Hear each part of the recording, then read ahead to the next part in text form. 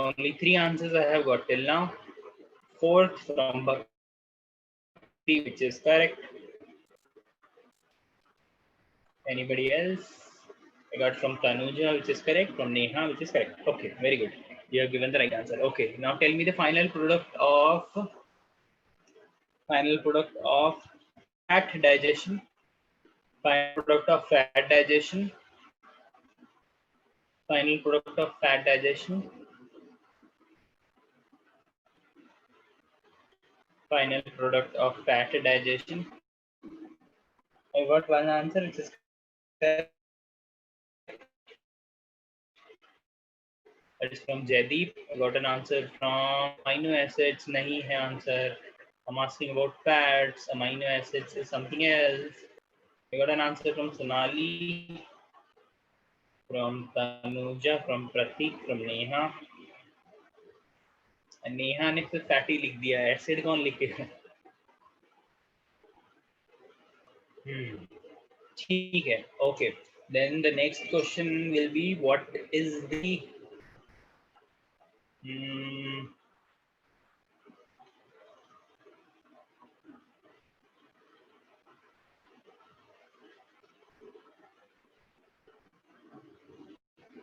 which enzyme digests protein? Which enzyme digests protein?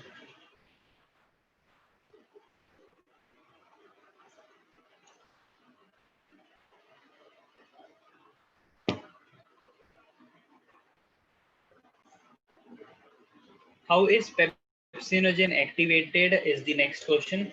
How is pepsinogen activated? How is pepsinogen activated? How is pepsinogen activated? How is pepsinogen activated? I got one answer, which is correct. That is from Jaideep. That is the only answer till now. How is pepsinogen activated?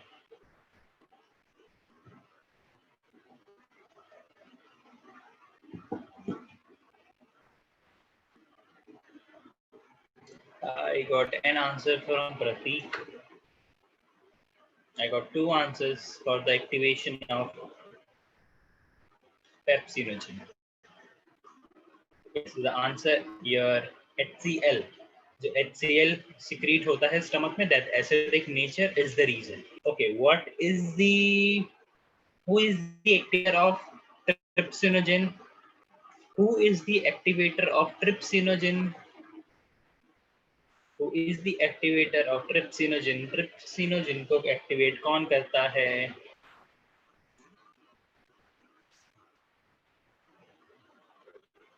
Trypsinogen को activate कौन करता है?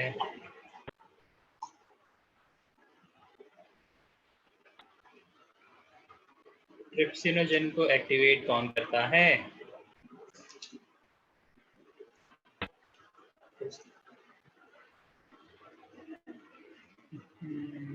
No, no, Pratik, no.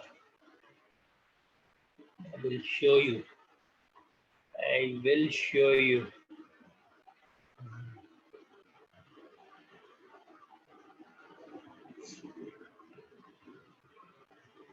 It's not written.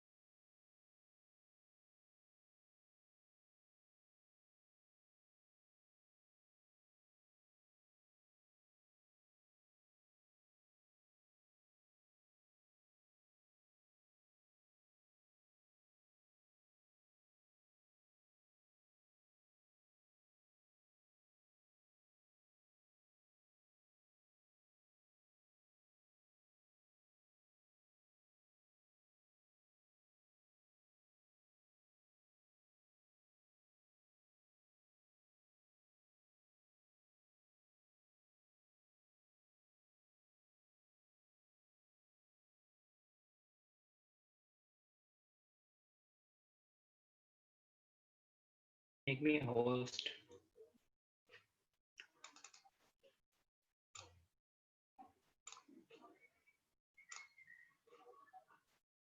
Pratik, you are the host. Good, thank you so much.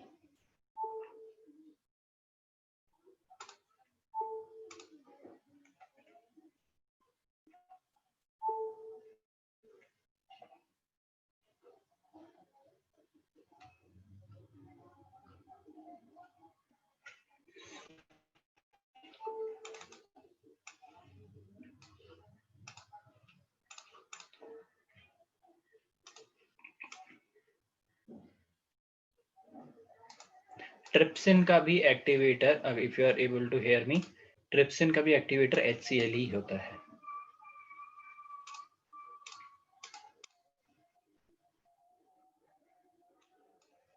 HCl only. ठीक है. How मतलब क्या है?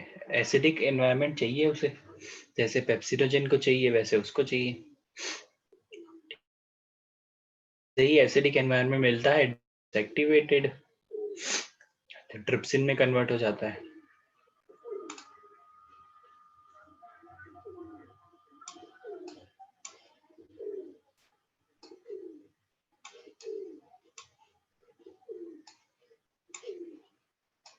Okay.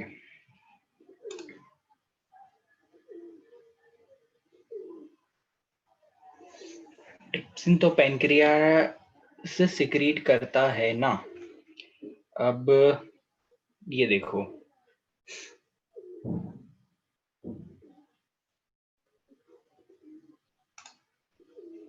एक मिनट दो मुझे.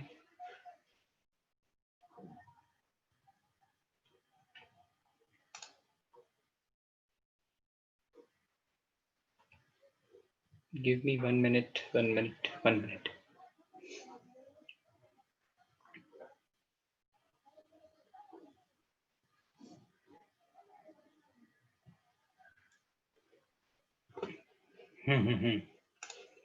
Yes,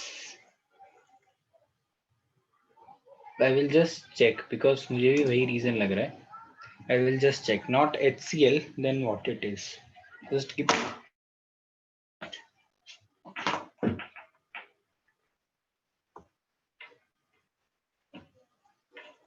me 1 minute.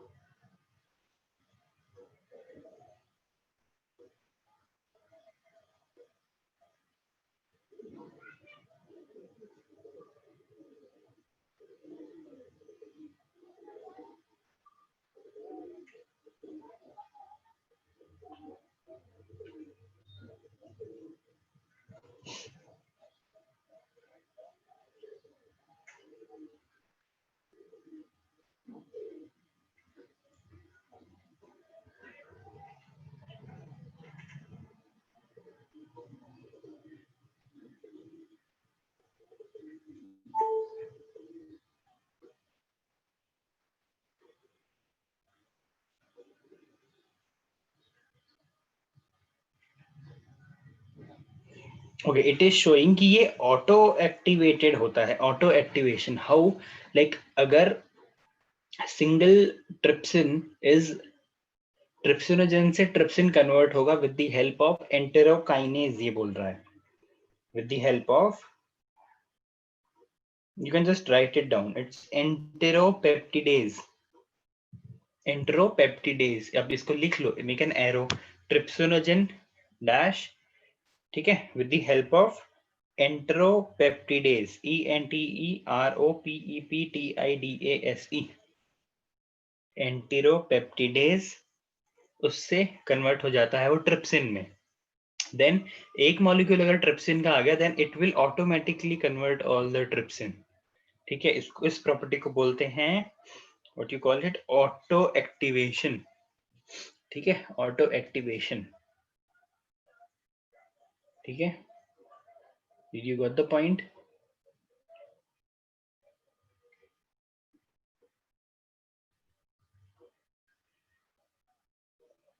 Is it clear everyone? हमने लिख लिया ऑटो एक्टिवेशन एंड एंटेरोपेप्टिडेज.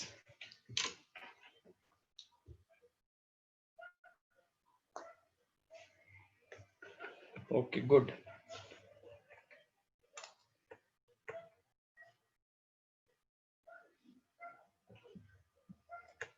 सो जैसे हमने कल प्रोटीन डाइजेशन देखा, कार्बोहाइड्रेट डाइजेशन देखा, फैट डाइजेशन देखा, today we will be seeing the digestion of nucleic acid. If someone can tell me कि हमारी बॉडी में आता है, it's like we eat some food which has carbohydrate, and proteins we eat eggs, milk and everything that pulses we get protein. Fat we eat anything, like anything, most of the things has fat. If you eat that, then you're intaking fat. So how come you are eating nucleic acid? Can anyone tell me? Nucleic acid, first of all, nucleic acid होता क्या है? Do you know any kind of nucleic acid? You don't know nucleic acid? You don't know nucleic acid?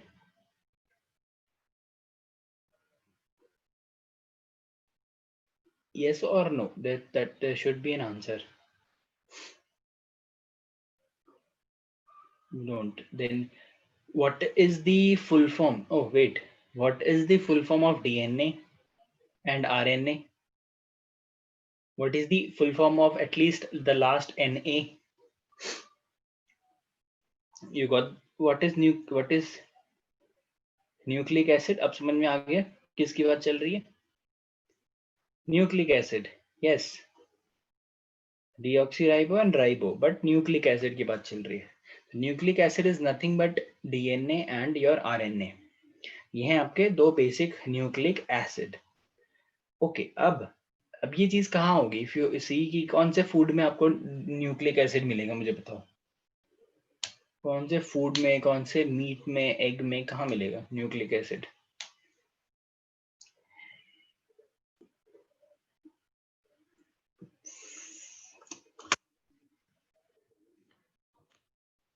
Seafood, no. Like, yes, but वैसे no. The answer should be something else. Okay. Fish is made up of cells. Fish is made up of cells. Meat is made up of cells. Chicken, if you see, is made up of cells. Plants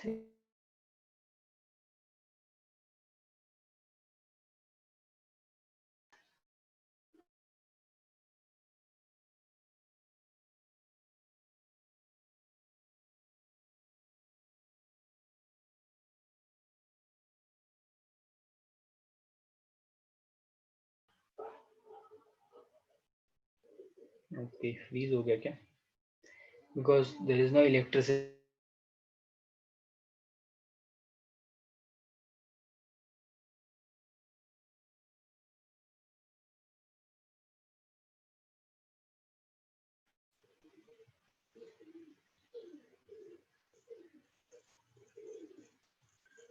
Didn't freeze. Okay, मतलब you are able to hear ना? Good. ठीक है. So you got the point ना? Nucleic acid हो गया, DNA, RNA. every living thing has a cell. तो every cell has a DNA and RNA. Simple logic. So जो DNA RNA आप दूसरे cells का आप you will take in, तो वो digest तो करना ही पड़ेगा. तो वो कैसे डाइजेस्ट होता है उसका मैकेनिज्म हम अभी देखेंगे. ठीक है, not it's not difficult, it's very easy. If you see buccal cavity, there is no digestion. यहाँ पर तो सिर्फ क्या बोलते हैं, वही होता है कार्बोहाइड्रेट का डाइजेशन. स्टमक में भी also we don't have any nucleic acid digesting enzymes. Then comes the duodenum. Duodenum में we have pancreatic juice. Pancreatic juice has a enzyme called as nuclease. Pancreatic juice has an enzyme called as nuclease, which is of two types, deoxyribonuclease and ribonuclease. ठीक है, तो ये दो enzymes होते हैं किसके पास, pancreatic juice के पास। सिंपल ओवरव्यू लेंगे, डिटेल में जाने की जरूरत नहीं है, वी शुड नो बस ओनली दिस थिंग कि जो डीएनए होगा in the presence of deoxyribo nucleus will get converted to deoxyribo nucleotides. Nucleotides होता क्या है, देखो DNA and RNA is nothing but it's a chain of nucleotide. Yes और no, हमें पता है ना, it's a chain of nucleotide. Yes, it's a chain of nucleotide. ठीक है, तो फिर अगर आप किसी डीएनए को ब्रेक डाउन करोगे, सबसे पहला स्टेप तो आपको न्यूक्लियोटाइड्स ही मिलेंगे ना, सिंपल लॉजिक है। एक चेन बनी हुई है और बोल रहे हो उस चेन को, that will be nucleotide of course, है ना, nucleotide. Same thing goes with RNA. RNA in the presence of ribonuclease you will get ribonucleotide, ribonucleotide, सिंपल, करेक्ट है, राइबोन्यूक्लियोटाइड। फिर जब पैनक्रियाटिक जूस में इतना ही होता है, then comes the intestinal juices. Pancreatic juice से इतना हो जाएगा, ड्यूडेनम रीजन में होता है, बिकॉज पैनक्रियाटिक जूस सिक्रीट कहाँ पर होता है, ड्यूडेनम रीजन में होता है। Then you have intestinal juice, यहाँ पे आपके nucleotides and nucleosides further break down होंगे। तो nucleotides in the presence of nucleotidases, ये न्यूक्लियोटाइडेजेस कहाँ प्रेजेंट होता है, इन द इंटेस्टिनल पार्ट। तो nucleotides in the presence of nucleotidases will get converted into nucleosides and inorganic phosphate, phosphate release हो जाता है। ठीक है, ठीक है, फिर जब फॉस्फेट, तो इनऑर्गेनिक फॉस्फेट है तो रिलीज हो जाएगा, सेल के अंदर घूमता रहेगा। Then remaining nucleoside, nucleoside in the presence of nucleosidase will give you a pentose sugar and a nitrogen base, a pentose sugar, a nitrogen base. Is it clear? ये बात चीज समझ में आई है? It's very simple. अगर आपको DNA का structure याद है ना, तो डीएनए का स्ट्रक्चर बनता ही इनसे, pentose sugar, nitrogen base, nucleotide, nucleoside. If you remember all these things, अगर आपको वो याद नहीं है, then you should go and revise one thing with this chapter please.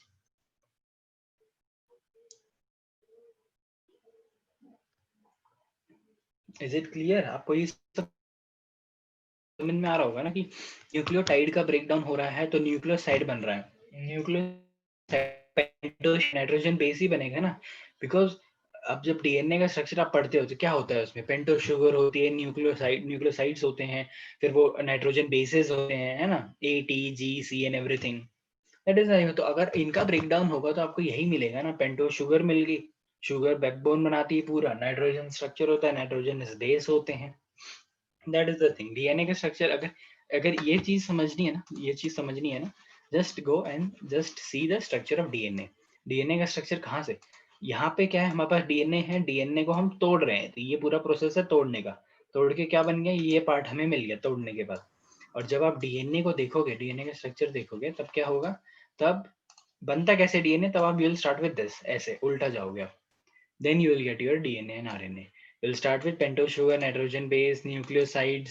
ठीक है, इन दोनों को कंबाइन करके एक न्यूक्लियोटाइड बनेगा। ठीक है, न्यूक्लियोटाइड बनेगा, न्यूक्लियोटाइड की चेन बनेगी, तब डीएनए और आरएनए बनेगा।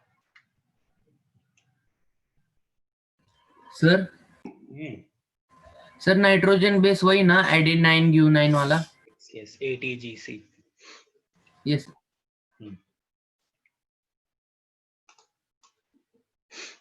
ठीक है, अब तो देन दिस वे तो मेजर थिंग्स जो बॉडी डाइजेस्ट करती है वो हो चुकी है। Remaining things are like, if you see vitamins and minerals. अब विटामिन एंड मिनरल्स को एक ऐसा प्रॉपर्टी है इनका कि इनको डाइजेस्ट करने की जरूरत नहीं है, they are already in there एकदम सबसे broken down phase. Vitamin and minerals directly absorb कर,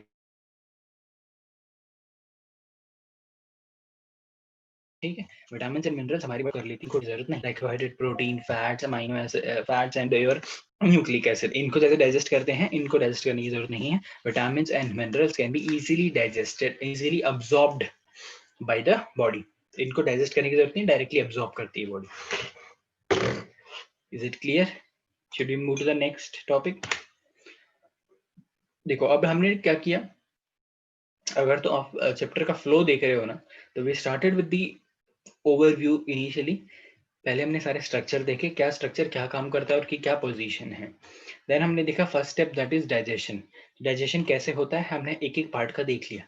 प्रोटीन का डाइजेशन कैसे हुआ, कार्बोहाइड्रेट का कैसे हुआ, फैट्स का कैसे हुआ, ठीक है, सबके डाइजेशन हमने पहले देखे। डाइजेशन होने के बाद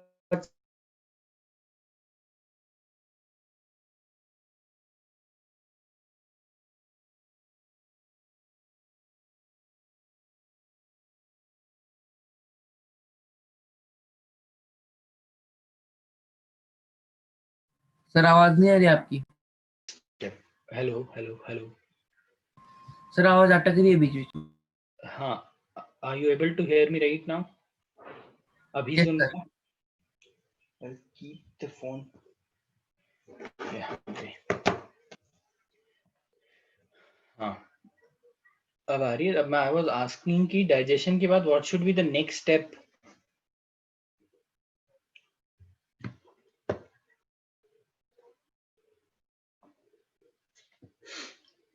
I got one answer from Jaydeep, that is absorption. Yes, अब digested food है, food तो digest हो गया है, but उससे किसी ने हमारी बॉडी में कुछ फायदा हुआ है कि नहीं, अभी तक हमने अब्जॉर्ब नहीं किया है। तो हम पहले अब्जॉर्ब करेंगे, ठीक है। पहले अब्जॉर्प्शन होगा, फिर असिमिलेशन होगा। Assimilation is nothing but, assimilation is using, उनको यूज कैसे करेंगे हम, जो अब्जॉर्ब्ड प्रोडक्ट है। अब्जॉर्ब होना मानी कि वो बॉडी के अंदर आ गया है, अब्जॉर्ब होके, क्योंकि अभी वो एलिमेंट्री कनाल में है, डाइजेस्टिव सिस्टम में है, वहां से वो बॉडी के अंदर आ चुका है अभी, ठीक है। That is your absorption. अब बॉडी के अंदर आने के बाद असिमिलेट होगा। वो असिमिलेट होना यानी बॉडी में अलग अलग तरह का, depending on what is absorb, like if it protein is absorb तो उसका एक फंक्शन है वो जाके करेगा। If fats is absorb, fat अपना एक फंक्शन जाके करेगा, ठीक है, ठीक है, ऐसा होता है। If carbohydrate is absorb, carbohydrate अपना फंक्शन जाके करेगा। तो हमने सब डाइजेस्ट कर लिया है, अब हम करेंगे सबका अब्जॉर्प्शन। अब्जॉर्प्शन होने के बाद हम देखेंगे कि ये अब्जॉर्ब तो हमने कर लिया, हमने proteins, fats, carbohydrates, amino acids, glucose, fructose and fatty acids सब है हमारे पास अभी। बट अभी इनका करें क्या, इनको जो यूज करके जो चीजें होती है, दैट इज योर थर्ड और fourth step, that is assimilation. Assimilation, ठीक है, कि उसको कैसे यूज किया आपने। And the final step is assimilation के बाद क्या होता है, इजेशन, दैट इज जो भी अनडाइजेस्टेड वेस्ट है that should be removed. Undigested waste है दैट शुड बी रिमूव्ड, ठीक है। So this is how we will go. So if you see the absorption of digested food, if you see the final product, अगर आपको याद हो, carbohydrate में हमें monosaccharides मिलते हैं, that is glucose, fructose, galactose. Proteins के अंदर हमें अमीनो एसिड्स मिलते हैं, फैट्स के अंदर हमें फैटी एसिड्स मिलते हैं। तो इट्स सिंपल लॉजिक है, इसको बिकॉज डिटेल में जाने की जरूरत नहीं, बिकॉज ये मैकेनिज्म बहुत बड़ा हो जाता है। एक एक का आप पढ़ोगे ना, सोडियम पोटेशियम पंप कोई यूज करता है, कोई फैसिलिटेट, तो you know all these things की what is import movement, you know what is facilitated diffusion, and now you know what is active transport. So that's just keep it a very simple thing, like it should be easy to understand. I have kept it very simple, ठीक है, because in detail आपसे एक एक चीजें नहीं पूछेगी कि exactly glucose कैसे digest होता है। No, no one will you ask you that, okay. तो if you see glucose, glucose का करना होता है active transport. If you see this is, ये मैंने वो लेयर बनाई हुई है, ठीक है, हमारी जो अंदर की वो जो लेयर होती है, ल्यूमिन जो कैविटी होती है, उसके ऊपर ब्रश बॉर्डर एपिथेलियम है। हमने ऑब्जर्व देखा भी था उस दिन, ब्रश बॉर्डर एपिथेलियम है। ये कौन सी लेयर होगी, if anyone can tell me, ये कौन सी लेयर होगी, इस लेयर का नाम क्या होना चाहिए? माइक कुछ भी, कहाँ से माइकोसा ला रहे हो तुम?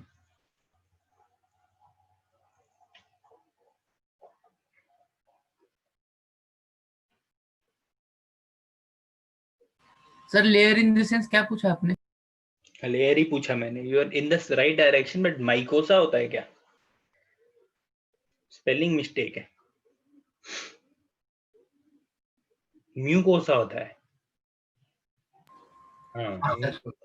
म्यूकोसा होता है। तो mucosa is the internal layer ना, सबसे अंदर जो फूड को टच में रहती है। फूड के टच में कौन सी लेयर रहती है, म्यूकोसा। फिर हमने देखा था म्यूकोसा एक न्यूमरस फोल्ड्स में होती है, न्यूमरस फोल्ड्स होते हैं, उस फोल्ड्स के ऊपर भी हमारे ब्रश बॉर्डर एपिथेलियम होता है। यस और नो, हमने पढ़ा था ये चीज, यस और नो, है ना, you all remember that. Why किस लिए होता है? Just to increase the area for absorption. तो जैसे ही ग्लूकोज मॉलिक्यूल आ गए, वो एक्टिवली ट्रांसपोर्ट करने पड़ते हैं, ग्लूकोज अपने आप नहीं पास कर सकता, because these are also cells. ये भी सेल्स हैं, सेल्स में प्लाज्मा मेम्ब्रेन है, प्लाज्मा मेम्ब्रेन को क्रॉस करना is very difficult. Plasma membrane को क्रॉस करना इज वेरी डिफिकल्ट, ये हमने देखा ही था। तो it involves different process like sodium potassium pump and everything, काफी सारे मैकेनिज्म ये लोग यूज करते हैं, एंड डिफरेंट डिफरेंट मेथड से ये लोग अंदर चले जाते हैं। सर ग्लूकोज एक्टिव ट्रांसपोर्ट से होते हुए सिम्पोटिक मूवमेंट होगा, वो अंदर चला जाएगा। Fructose, as you know, fructose is a type of monosaccharide only, इसमें फैसिलिटेटेड डिफ्यूजन होता है।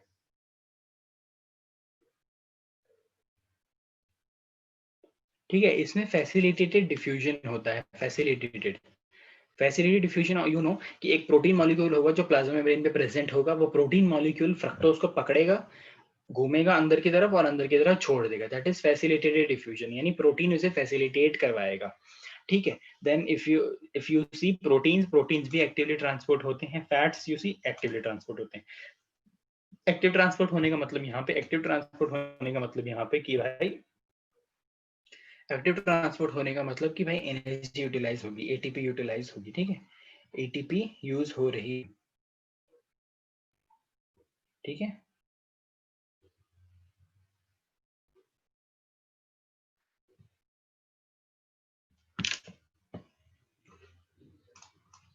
So this is how absorption takes place. ठीक है, अब्जॉर्प्शन को ज्यादा डिटेल में करने की जरूरत नहीं, then it becomes very lengthy and that is not up to your level for now.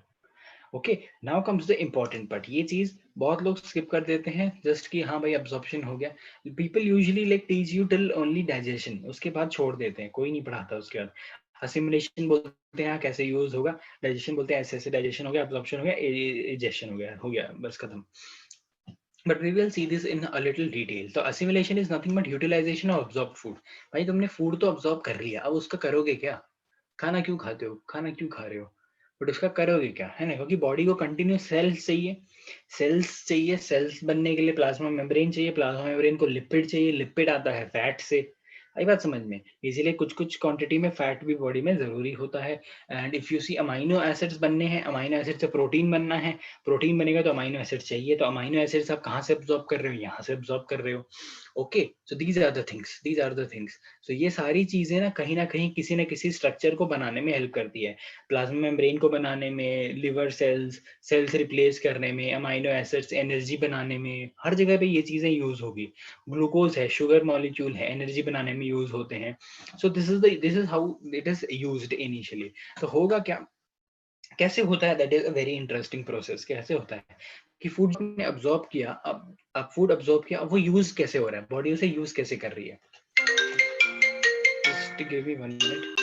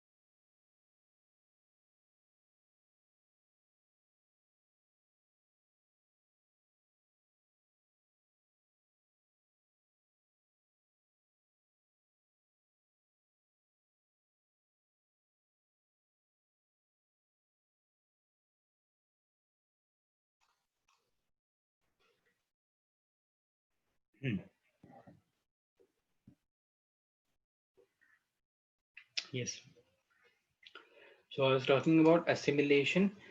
For example हम देखें, अगर अमाइनो एसिड्स का, अगर हम देखें अमाइनो एसिड्स का, see tell you one thing अभी, because there is no electricity and my laptop is like almost charged, but it is not that charged.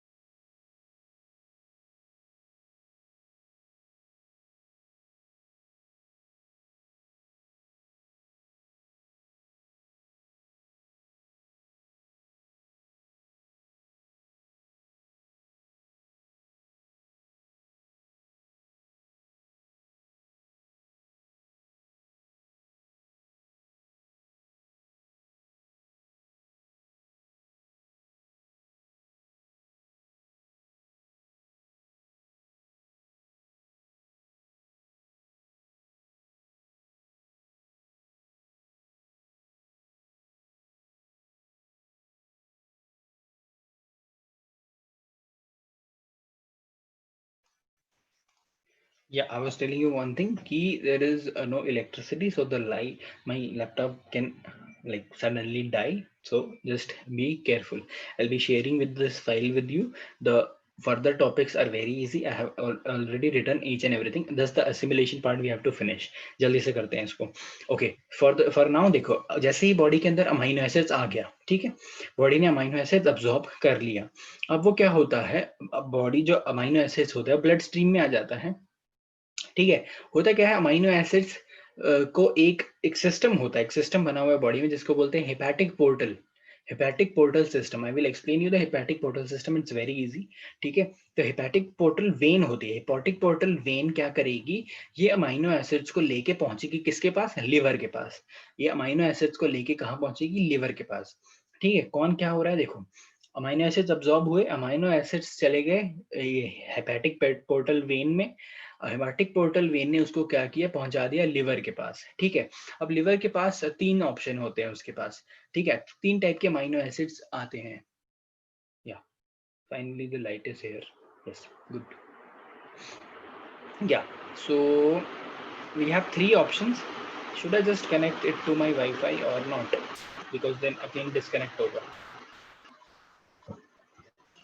So I have good internet in my phone, so we can use that. Connected now, because the quality I think is an issue.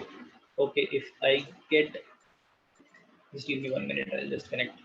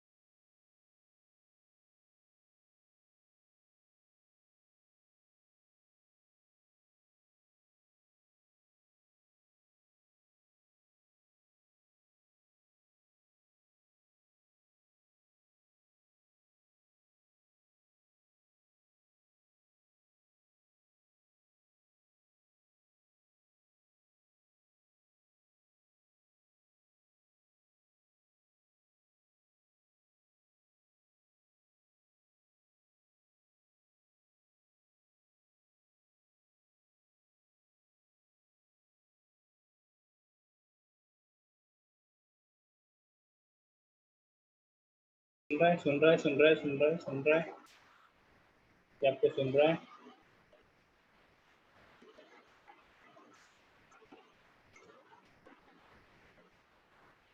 Yes, तो चलो अभी जल्दी जल्दी करते हैं. We should not waste a single second. Yes, so I was telling you about amino acids. Body ने amino acids absorb किए, वो हेपेटिक पोर्टल वेन. ओके, अब कंफ्यूज मत हो ना. इमेजिन करो सिर्फ एक वेन है, कैसी होती है, क्या होती है, आई विल एक्सप्लेन यू. एक वेन के अंदर चले जाएंगे, वो वेन उसे कहाँ पहुंचा देगी. वेन इज लाइक अ बस, उसे बैठाएगी अमीनो एसिड्स को कि भाई चल बैठ, तेरे को छोड़ के आता हूँ मैं लिवर के पास. तो उसको बैठाएगी, लिवर के पास लेके जाएगी. लिवर बोलेगा भाई कौन आया, बोलेगा अमीनो एसिड आया. लिवर ने उसने पूछा लिवर ने कि कौन आया भाई, उसने बोला अमीनो एसिड आया. तो अमीनो एसिड से वो चेक करेगा फिर लिवर कि भाई तू रिक्वायर्ड है या नहीं. पहला क्वेश्चन ये पूछेगा, देखेगा, वो खुद ही जज करेगा लिवर. फिर वो सोचेगा कि तो रिक्वायर्ड है बट तेरे को, तेरी जरूरत अभी नहीं है बॉडी को. और तीसरा ऑप्शन ये हो सकता है कि भाई तू रिक्वायर्ड ही नहीं है, तू मेरे काम का अमीनो एसिड नहीं है, तो तू निकल, तो वो क्यों रखूँ मैं अपने पास. ठीक है, तीन ऑप्शन होते हैं. अमीनो एसिड्स आया, हेपेटिक पोर्टल वेन की बस में बैठा, लिवर के पास लेके आया कि लिवर भाई ये ले अमीनो एसिड्स. लिवर ने क्वेश्चन किया भाई तेरा, तू बता क्या नाम है तेरा, बोला अमीनो एसिड नंबर ये. बोला हाँ चल तू इंपॉर्टेंट है, तू रुक मेरे पास. दूसरे से पूछा अमीनो एसिड नंबर 2, तो बोला कि हाँ यार तेरा काम है बट अभी तेरी वैकेंसी नहीं है, तो थोड़ी देर बैठ. उसको बिठा लिया उसने. तीसरे से पूछा हाँ तू, बोला अमीनो एसिड नंबर 3, बोला अच्छा नहीं, तेरी शक्ल अच्छी नहीं है तो निकल, ऐसा बोल दिया उसने, ठीक है, तेरा कोई काम नहीं मेरी बॉडी में, तू निकल। तो वो वापस चला जाता है, एक्सक्रीट हो जाता है बॉडी से। तो सेम थिंग, तो पहला चीज होता है कि लिवर ऐसा अमाइनो एसिड आया कि वो बॉडी को रिक्वायर्ड है, तो क्या होता है डायरेक्टली वो अमाइनो एसिड की चेन बनती रहती है, अमाइनो एसिड कंबाइन होकर प्रोटीन बन जाते हैं, अमाइनो एसिड कन्वर्ट हो जाते हैं प्रोटीन में, और ये प्रोटीन यूज हो जाते हैं in the formation of plasma membrane and different kind of enzymes. Simple simple and short रखेंगे, कोई डिटेल में जाना नहीं, प्रोसेस कैसे होता है, क्यों होता है, नहीं, दो बिल्कुल नहीं, जितना बता रहा हूँ उतना ही इनफ है। अमाइनो एसिड आया, बोला हाँ भाई ये रिक्वायर्ड वाला अमाइनो एसिड है, इसका काम आएगा, देखेगा वो अमाइनो एसिड ये है, वो बोलेगा चलिए अमाइनो एसिड्स की चेन बना देता हूँ मैं, रिक्वायर्ड वालों की अमाइनो एसिड की चेन जैसी बन जाती है। तो अमाइनो एसिड की चेन को हम डेफिनेटली क्या बोलते हैं, प्रोटीन बोलते हैं। फिर ये प्रोटीन कहाँ यूज हो जाएंगे, प्लाज्मा मेम्ब्रेन क्रिएट करने में, प्लाज्मा मेम्ब्रेन बनाने में, नए सेल्स बनते हैं, प्लाज्मा मेम्ब्रेन कंटिन्यूसली चाहिए रहता है, देन एंजाइम्स बनाने में, तो वो प्रोटीन यूज हो गया, ठीक है, पहला अमाइनो एसिड यूज हो गया। दूसरा अमाइनो एसिड आया, उसने देखा, बोला कि यार ठीक है तेरी जरूरत तो है, बट अभी के लिए तेरी जरूरत नहीं है यार, वैकेंसी नहीं है, अभी काम चल रहा है हमारा, बट तू थोड़ा देर रेस्ट कर ले, थोड़ी देर बैठे रहे, स्टोर हो जाए। तो वो बोलेगा amino acid require which are not, amino acids which are not required at present. तो अमाइनो एसिड्स क्या जाते हैं, दे अंडरगो डीअमाइनेशन, डीअमाइनेशन होता है यानी अमाइनो ग्रुप उनसे हटता है और they form a glucose, glucose is nothing but sugar. Same होता है, डीअमाइनेशन होके वो फैट के कई कुछ अमाइनो एसिड्स फैट में भी कन्वर्ट हो जाते हैं। तो ग्लूकोज एंड फैट दोनों बॉडी के अंदर स्टोर हो जाते हैं, ग्लूकोज एंड फैट दोनों बॉडी के अंदर स्टोर हो जाते हैं, सिंपल, वेरी सिंपल, ठीक है। अभी बात समझ में, पहला चीज यूज हो रहा है, पहला चीज यूज हो रहा है, अमाइनो एसिड्स तो यूज कर लिया, प्रोटीन बना, प्रोटीन के फॉर्म में यूज करके प्लाज्मा प्लाज्मा मेम्ब्रेन बना लिया, एंजाइम बना लिया। सेकंड थिंग भाई क्या हुआ, amino acids which are not required at present, amino acids which are not required at present, तो ये क्या होगा, अंडरगो डीअमाइनेशन, अमाइनो ग्रुप हटेगा तो ग्लूकोज बन सकता है, फैट बन सकता है, depending on the type of amino acid, और वो बॉडी के अंदर स्टोर हो जाएगा। तीसरा अमाइनो एसिड है बिल्कुल उसके काम का ही नहीं है, बोलेगा तेरा क्या काम है, उसको बोलेगा डीअमाइनेशन उसका कर देगा यूरिया के फॉर्म में, और यूरिया के फॉर्म में बॉडी से वो एक्सक्रीट हो जाएगा, यूरिया के फॉर्म में वो बॉडी के थ्रू एक्सक्रीट हो जाएगा। आई बात समझ में, अमाइनो एसिड जल्दी से समझ में आया तो आई वांट सबका रिप्लाई कि अमाइनो एसिड समझ में आ गया है, then we should move to the next one, जल्दी प्लीज जल्दी करो। अमाइनो एसिड्स कंफर्म है, इजी है, if you want me to repeat I will repeat, I don't mind repeating, जल्दी जल्दी जल्दी जल्दी जल्दी, यस, इट्स वेरी इजी। तीन ही ऑप्शन हो सकते हैं, या काम का अमाइनो एसिड है, या काम का है बट अभी जरूरत नहीं है, या फिर बिल्कुल काम का नहीं है।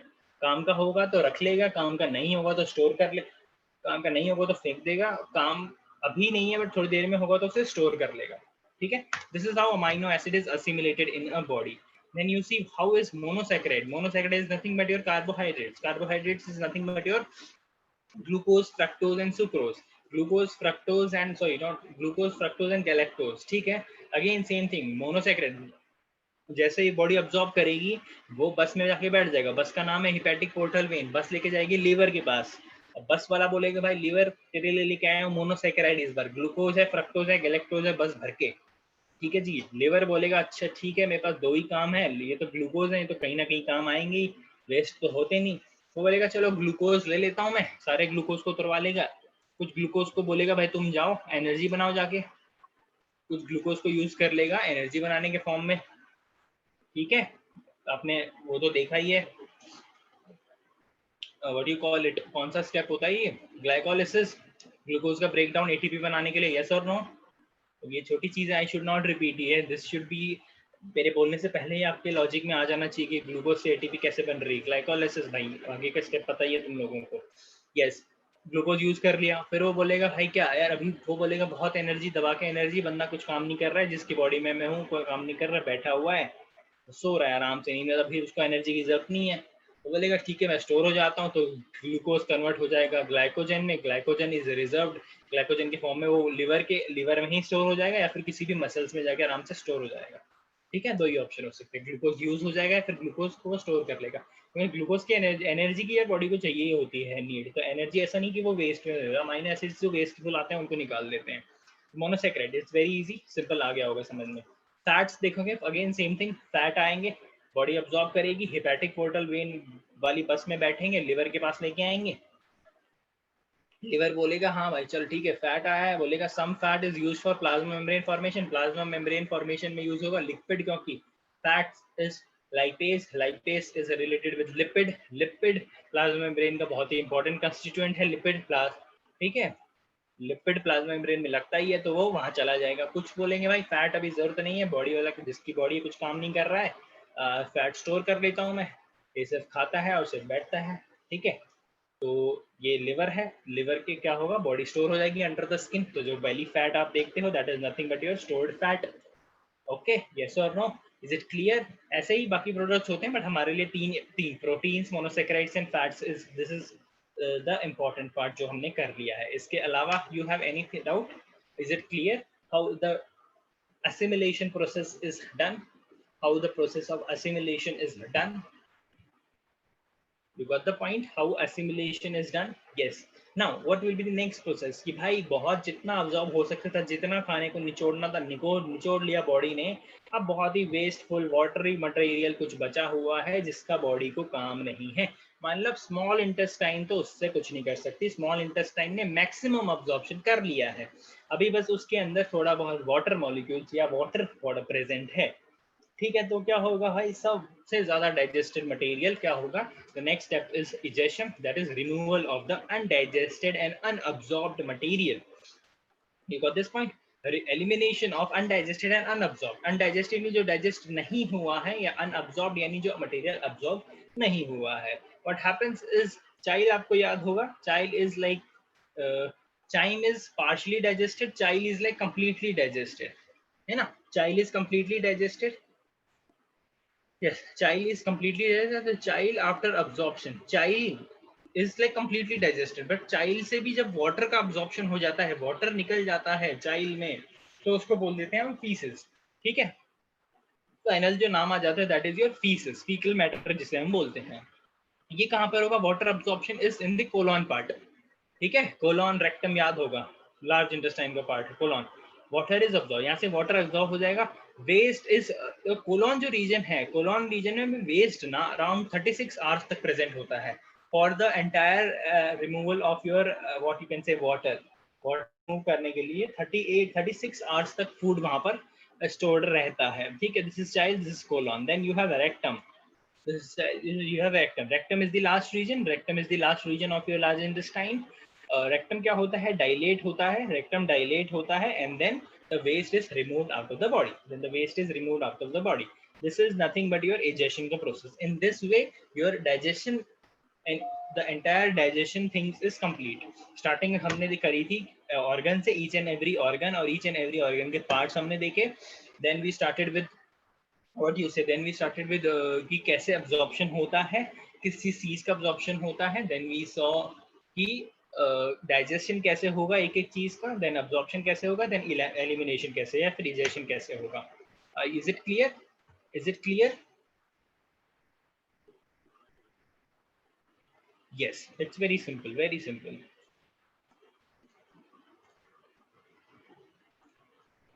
Good. Okay, now I was explaining you about hepatic portal system, ठीक है। hepatic portal system आपको मैं बता रहा था कि मैं नेक्स्ट में पढ़ाने वाला हूँ, तो this is your hepatic portal system।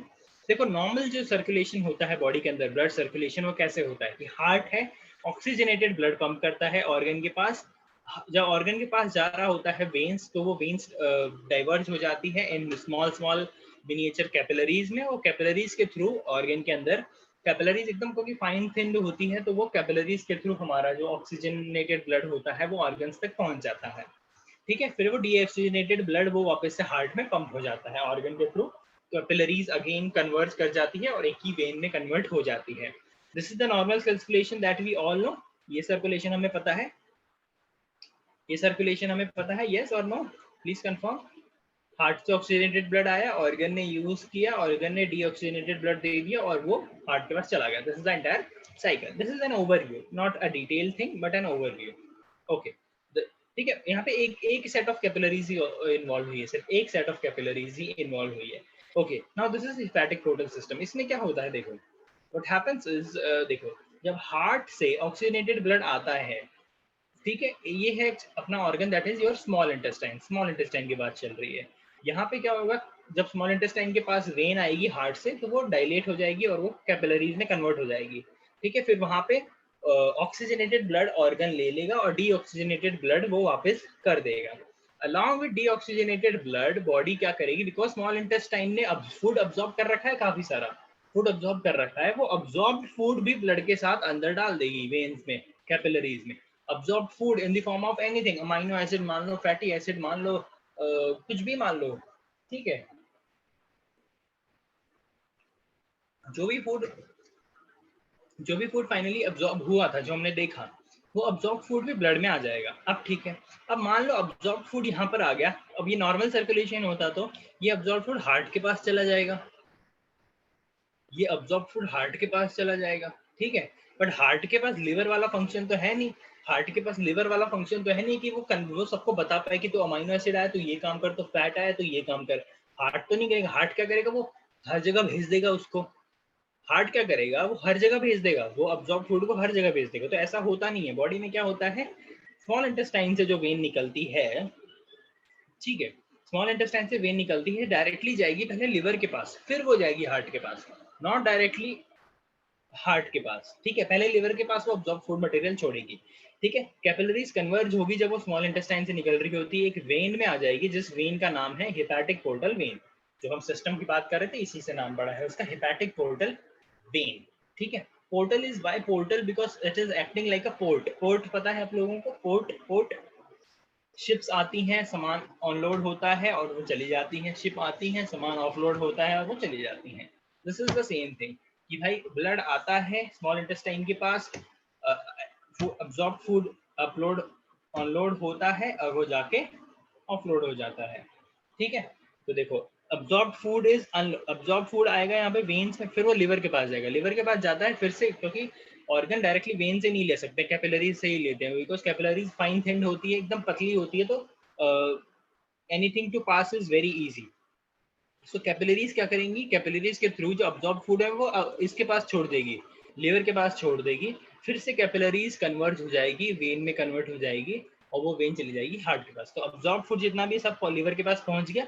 तो this was the system, this was your hepatic portal system, nothing but. इसमें क्या होता है, first set of capillaries involve तो होती है, सेकंड सेट ऑफ कैपिलरीज भी इन्वॉल्व होती है, और नॉर्मल सर्कुलेशन में only one set of capillaries he involve होती है। नीचे डेफिनेशन दी हुई है, system in which blood vessels break into second set of capillaries, second set, first set तो उधर भी था, यहाँ पे second set of capillaries into a specific organ, that is liver, where it unloads the absorbed food material, Is it clear? Is your hepatic portal system clear? You understand why we were saying hepatic portal vein there? Hepatic portal vein हम क्यों बोल रहे थे उस चीज को? I think it's clear, ठीक है। So finally the last topic for this chapter, it's very simple, very simple. अगर आप इसे खुद भी पढ़ना चाहो तो खुद पढ़ सकते हो, but because we have a lot of time, oh my god, but we have a last topic, we'll finish it off and we'll go, but we will go, मतलब I will go, but you guys till 4 you will be doing your homework and submit it to me, जो मैंने आपको कल दिया है, ठीक है। I want कि सब मुझे वो होमवर्क सबमिट कर दें। मैंने वैसे अभी तक देखा नहीं किसी ने मुझे भेजा है, did anyone send it? अभी तक किसी ने भेजा है? नहीं है, इतने सिंसियर तो नहीं हो तुम लोग कि कोई मुझे एक ही दिन में भेज दे।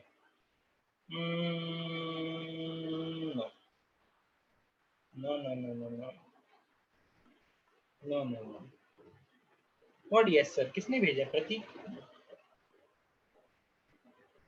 नो सर मैंने यस सर इसलिए बोला था जब आपने पूछा था कि समझ में आ गया क्या। यस सर तुमने तब बोला। What homework sir? Oh my God Bhakti, you were not there yesterday. Bhakti, you were not there yesterday, या फिर यूने तुमने सुना नहीं? Oh, you were not there yesterday. तो I have given an homework जिसमें आपको 11th की एनसीईआरटी स्टार्टिंग फर्स्ट पेज से लेके जो लास्ट पेज है तब तक you have to write it down on a white paper and send it to me by post. Okay, you will do that? हो जाएगा भक्ति आज शाम तक? यस, पूरी NCERT. We'll have to start with the first page जिसमें acknowledgement होती है. You start with context, chapter number 1, 2, 3, 4, 5, 6, 22 तक. You have to write it down in a good handwriting on a white page and then send it to me. Sir क्यों डरा रहे हो sir? That is your homework. Okay ठीक है, no ऐसा नहीं है, this is not your homework, your homework is just तीनों चीजों का digestion, how is carbohydrates, fats and protein is digested, ये तीनों का डाइजेशन कैसे होता है, कौन सा एंजाइम ये इन्वॉल्व होता है एंड एवरीथिंग दैट एंटायरली जो शीट मैंने दी है आपको वही कॉपी पेस्ट करनी है, बट प्रेफरेबल चीज वही रहेगी कि आप लोग कॉपी करके ना लिखें, आप लोग पढ़ के समझ के लिखें, ठीक है। We will do the second homework, हाँ सेकेंड होमवर्क ही करना है, फर्स्ट वाला नहीं करना है, ठीक है। तो you can start doing it थोड़ी देर में, we will just see the mal under nutritional disorders, ठीक है। थोड़े बहुत लिखे हुए हैं मैंने, अगर कहीं चेपने हो किसी आंसर में तो आप कॉपी यहाँ से उठा के चिपका सकते हो, किसी ने अगर कोई टीचर घपला कर दे पूछ ले कि न्यूट्रिशनल डिसऑर्डर क्या होते हैं, तो ये भाई हमारे पास, हम पहले से रेडी हैं, हमारे पास 2-3 नाम है खतरनाक खतरनाक से, हम वो नाम ले लेंगे वहाँ पे, वो नाम लिख दिए तो टीचर ऑटोमेटिकली पागल हो जाएगा, ठीक है जी। टीचर पागल हो जाता है तो मार्क्स देता है, ठीक है, टीचर पागल नहीं होता तो मार्क्स नहीं देता। तो पहला जो इसमें हम देखेंगे अंडर न्यूट्रिशन, दो चीज आती है अंडर न्यूट्रिशन ओवर न्यूट्रिशन, या तो अंडर न्यूट्रिशन होगा या फिर ओवर न्यूट्रिशन होगा। अंडर न्यूट्रिशन यानी एकदम पतला हो जाना, न्यूट्रिशन बिल्कुल नहीं मिलना, एनी जो भी स्पेसिफिक है प्रोटीन्स कार्बोहाइड्रेट फैट्स कुछ भी कंज्यूम नहीं कर रहा है, जब वो कंज्यूम भी कर रहा होगा तो बॉडी को लग नहीं रहा होगा, and all those things. And one is your over nutrition, in that you will eat a lot of proteins and fats and everything, but you do not burn it, so it results in obesity, that is overweight, so that is one thing. So if we see number one undernutrition देखेंगे, that is your malnutrition, but see this is a little what you say a misguidance, because to the best of my knowledge malnutrition जो word होता है हमें लगता है, क्योंकि हम बचपन से ये पढ़ते आ रहे हैं कि malnutrition is deficiency of nutrition, but no, malnutrition is both deficiency as well as over nutrition, दोनों को माल न्यूट्रिशन में कंसिडर किया जाता है according to your World Health Organisation, ठीक है। उन्होंने माल न्यूट्रिशन को दोनों में कंसिडर किया है। माल न्यूट्रिशन मतलब न्यूट्रिशन में घपला हुआ है कुछ, अब वो ज्यादा भी हो सकता है कम भी हो सकता है, बट हमारे जो टीचर्स है वो बचपन से ये पढ़ाते हैं कि माल न्यूट्रिशन यानी न्यूट्रिशन कम, ठीक है, इसीलिए मैंने लिख दिया बट आपको बता दिया, तो that I will be clear. Definition पढ़ के कोई मुझे बोले माल न्यूट्रिशन मतलब तो ये भी होता है, तो I have cleared my self, ठीक है। सो पहला जो डिजीज है उसका जो नाम पढ़ ले, उसको 1 करोड़ का इनाम है, पढ़ो इसको भैया नाम, क्वाशियरकर, क्वाशियरकर, somewhat like a सरनेम है किसी का, क्वाशियरकर, क्वा आई डोंट थिंक कि के साइलेंट तो नहीं होगा ना, नो सर साइलेंट नहीं है सर, क्वाशियोकर हो जाएगा फिर, ठीक है, क्वाशियोकर अकॉर्डिंग टू मिस्टर अथर्व। तो ये एक डिजीज होता है जो डेफिशिएंसी ऑफ प्रोटीन की वजह से हो जाता है, यूजुअली बच्चों में होता है, 1 से 4 साल की उम्र के होते हैं। सिम्टम्स क्या होता है, प्रोटीन नहीं मिल रहा है तो डेफिनेटली बॉडी लॉस होगा, वेट लॉस होगा, स्टंटेड ग्रोथ होगी यानी ग्रोथ प्रॉपरली नहीं होगी, हाइट वगैरह सब कम होगा। एंड एक कैरेक्टरिस्टिक थिंग जब बच्चों को ये हो जाता है, एक चीज ऑब्जर्व होती है कि आपने भी देखा होगा कि बच्चा is very thin very thin very thin, एकदम मतलब ऑलमोस्ट मतलब एकदम पतला है, but still he has a protruding belly, मतलब belly जो है वो बाहर आई हुई है, that is a characteristic feature of protein, specifically protein का कमी होना। फैट या वो सब चीजें हैं बराबर, बट प्रोटीन की कमी है, तो स्टंटेड ग्रोथ है, वेट लॉस है, बट बेली प्रोट्रूडिंग है, that is a symptom of Kwashiorkor disease, ठीक है। this is your first disease।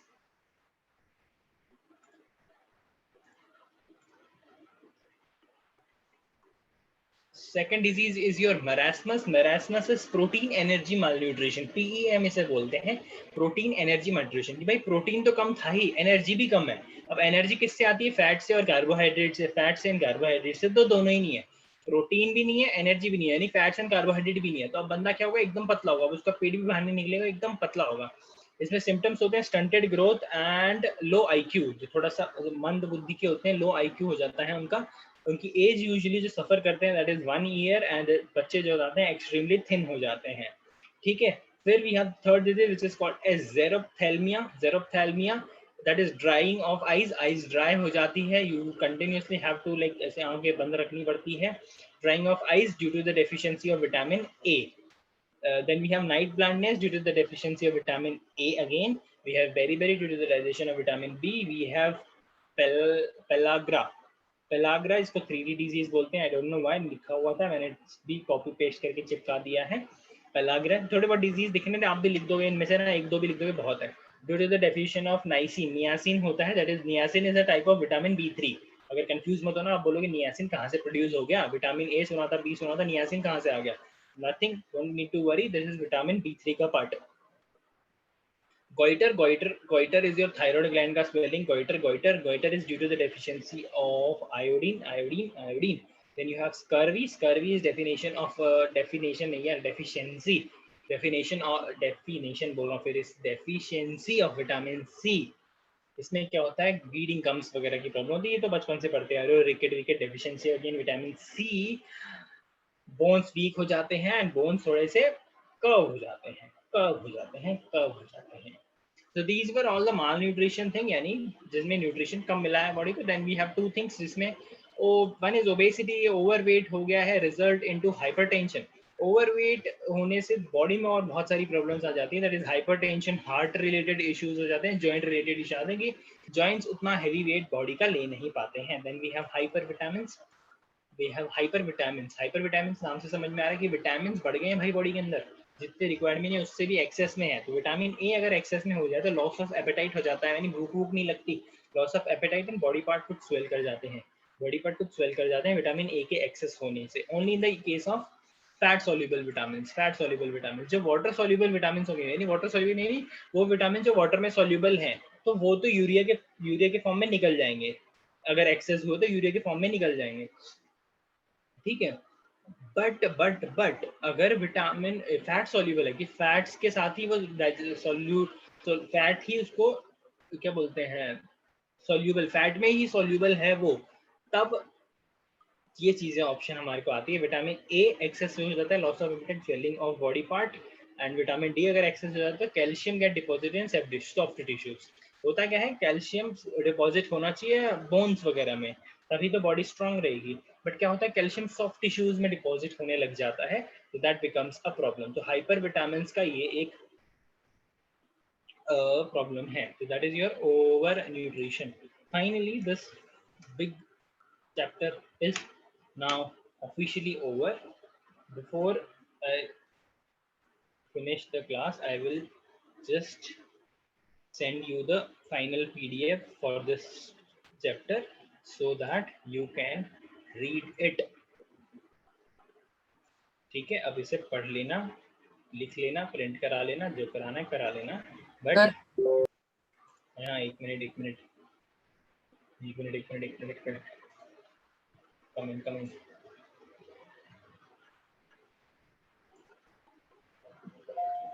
Yes sir, बोलो। सर होमवर्क कब तक भेजना है? होमवर्क मंडे तक भेजना है। Thank you sir. Good. So if you have no doubts, then we can leave. You have around 20 minutes का gap. अगर अच्छे बच्चे हो तो 20 मिनट यूटिलाइज करो, और अगर मेरे जैसे बच्चे हो तो 20 मिनट चिल करो, ठीक है। Thank you so much for joining. Have a nice day. See you in the next week. Bye bye.